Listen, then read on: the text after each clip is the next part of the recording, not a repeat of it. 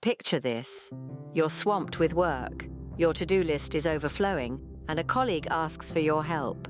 You want to say no, but you just can't. Does this scenario sound familiar? That's because the struggle of saying no is a common one. More often than not, we find ourselves agreeing to tasks and commitments that we're not particularly keen on. We say yes to unimportant things, even when we're already stretched thin. But why do we do this? Why do we struggle to say no? Well, the reasons are manifold. For some, it's the fear of missing out, often referred to as FOMO.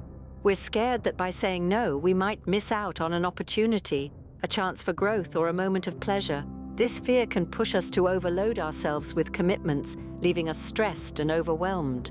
For others, it's about not wanting to disappoint. We fear that saying no might upset someone or make us come across as unkind or unhelpful.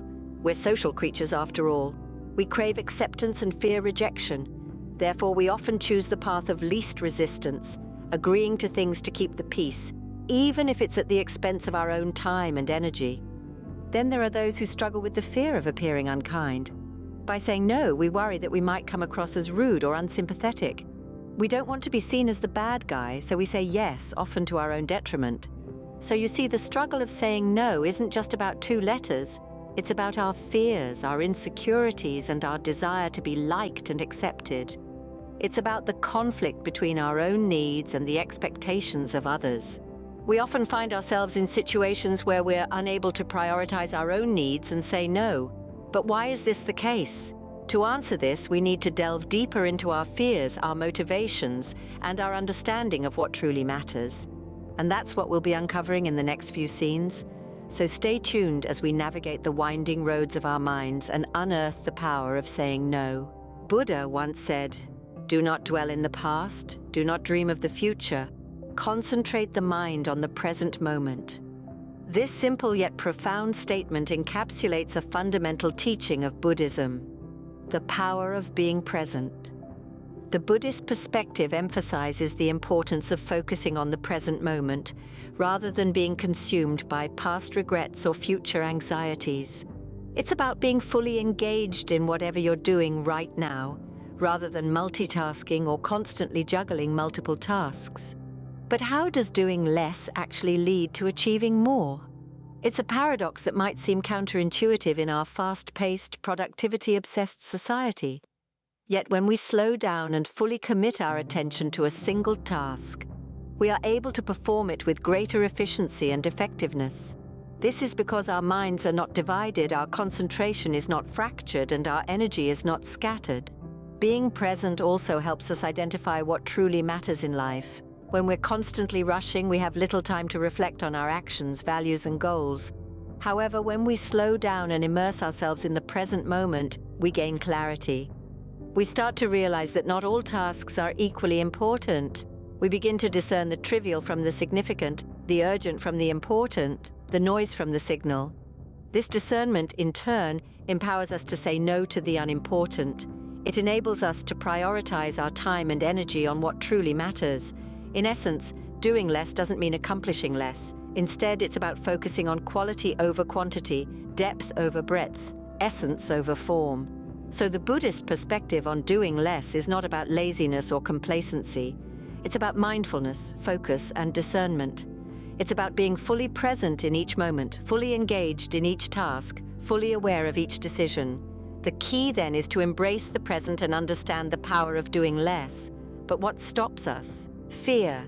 It's that nagging feeling that stops us from saying no. What is it about fear that holds us back, that hinders us from uttering that simple two-letter word? We often find ourselves succumbing to obligations we'd rather not commit to, or getting involved in activities that don't contribute to our growth. Why? Because we are scared. Fear, in its many forms, plays a significant role in our decision-making process. One of the most common is the fear of missing out, often abbreviated as FOMO. It's a phenomenon where we say yes to everything because we are afraid that we might miss a golden opportunity, a chance of a lifetime, or a memorable experience. However, in doing so, we often stretch ourselves too thin, sacrificing our time, energy, and peace of mind. Then there's the fear of disappointing others. This fear is particularly strong when it comes to our loved ones, friends, or colleagues. We don't want to let them down, so we say yes even when we want to say no. It's important to remember that saying no doesn't mean we are letting them down. Rather, we are prioritizing our needs, and that's okay. Then there's the fear of rejection. We fear that if we say no, we will be viewed negatively or worse, rejected. But here's the thing, saying no doesn't make you a bad person. It makes you human, with your own limits and boundaries. Fear can be a hindrance, but it doesn't have to be. We can transform it into a powerful motivator. How? By realizing that fear is just an emotion, a feeling that comes and goes. It's not who we are, it's not our identity, and most importantly, fear can be conquered. We have the power to say no when we need to, regardless of the fears that may surface. In the grand scheme of things, saying no is not about being selfish or unkind. It's about self-preservation. It's about taking care of our mental, emotional, and physical health. It's about setting boundaries and respecting our own time and energy. Fear can be a powerful deterrent, but it can also be a powerful motivator. It's all about perspective. In this digital age, distractions are everywhere. They're like tiny thieves, quietly stealing our time, attention, and energy. And in this constant barrage of information, our ability to focus and make clear decisions often takes a back seat. Picture this. You're trying to concentrate on an important task, but your phone pings. It's a notification. You pick it up, thinking it'll only take a second. Before you know it, you've spent 20 minutes scrolling mindlessly. Sound familiar? These distractions, as innocuous as they may seem, can have a profound impact on our ability to say no. Multitasking, for instance, is a common response to the flood of stimuli we face every day. We juggle emails, meetings, social media updates, all while trying to complete our actual work. But here's the catch. Our brains aren't wired for multitasking. Instead of doing many things well, we end up doing everything poorly. This constant shifting of focus reduces our productivity, increases our stress levels, and most importantly, affects our decision-making ability. It's like trying to see clearly in a fog. The more scattered our attention, the harder it is to make informed decisions. And when it comes to saying no, this can be a significant roadblock. When we're distracted, we're more likely to say yes to unimportant things, simply because it's easier than evaluating whether they align with our priorities. It's like reaching for the nearest lifebuoy in a stormy sea, even if it's not the best one to save us, and that's how distractions make it harder to say no. But here's the good news. We're not powerless against distractions. With conscious effort and a few smart strategies, we can reclaim our focus and make better decisions. So consider this. What if we could minimize distractions? What if we could create an environment that supports focus instead of fragmenting it? What if we could make saying no less of a struggle and more of a strategic choice? Distractions can cloud our judgment and make it harder to say no. But how can we overcome this? So, how do we go about saying no to unimportant things? A compelling question indeed. To answer this, let's delve into the 5 crucial steps that can help us in effectively saying no to things that don't align with our priorities. Firstly, we need to build self-awareness. This is the bedrock of all personal growth and development. It's about understanding ourselves, recognizing our patterns of behavior, and identifying our strengths and weaknesses. This self-knowledge is pivotal in discerning what's important to us and what's not. It's like stepping back and observing ourselves from an outsider's perspective, offering us a clearer view of what really matters. Next comes the development of self-discipline. It's about cultivating the strength to resist immediate gratification for long-term benefits. When we're disciplined, we're less likely to get swayed by distractions and make decisions that contradict our values and priorities. It's like an internal compass that keeps us on track, guiding us towards the right path. The third step is to value our time. Time is our most precious resource. It's irreplaceable and non-renewable. Once it's gone for good. We need to treat it with the respect it deserves. When we start valuing our time, we become more selective about what we say yes to, and more importantly, what we say no to. It's like having a strict gatekeeper that only allows valuable and meaningful activities into our life. The fourth step involves asking the magic question, does this align with my values and priorities? This question acts as a litmus test, helping us sift through the barrage of demands and distractions that come our way. If the answer is no, then it becomes easier to say no to the task or request at hand. It's like having a filter that separates the wheat from the chaff, allowing us to focus on what's truly important. Lastly, we need to identify what's important in our life. This requires deep introspection and reflection. What are our values? What are our passions? What gives our life meaning and purpose? These are the things we should be saying yes to. Everything else is just noise. It's like tuning into our favorite radio station, ignoring all the static and interference, and enjoying the music that resonates with our soul. By following these steps, we can start to say no more effectively and focus on what truly matters.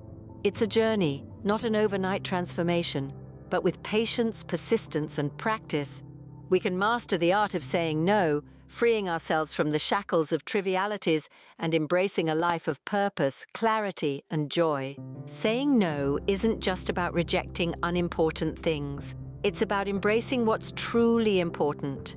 It's about understanding that our time, energy, and focus are finite resources that we must consciously choose how to spend. When we say no, we're not just turning down an opportunity, task, or request.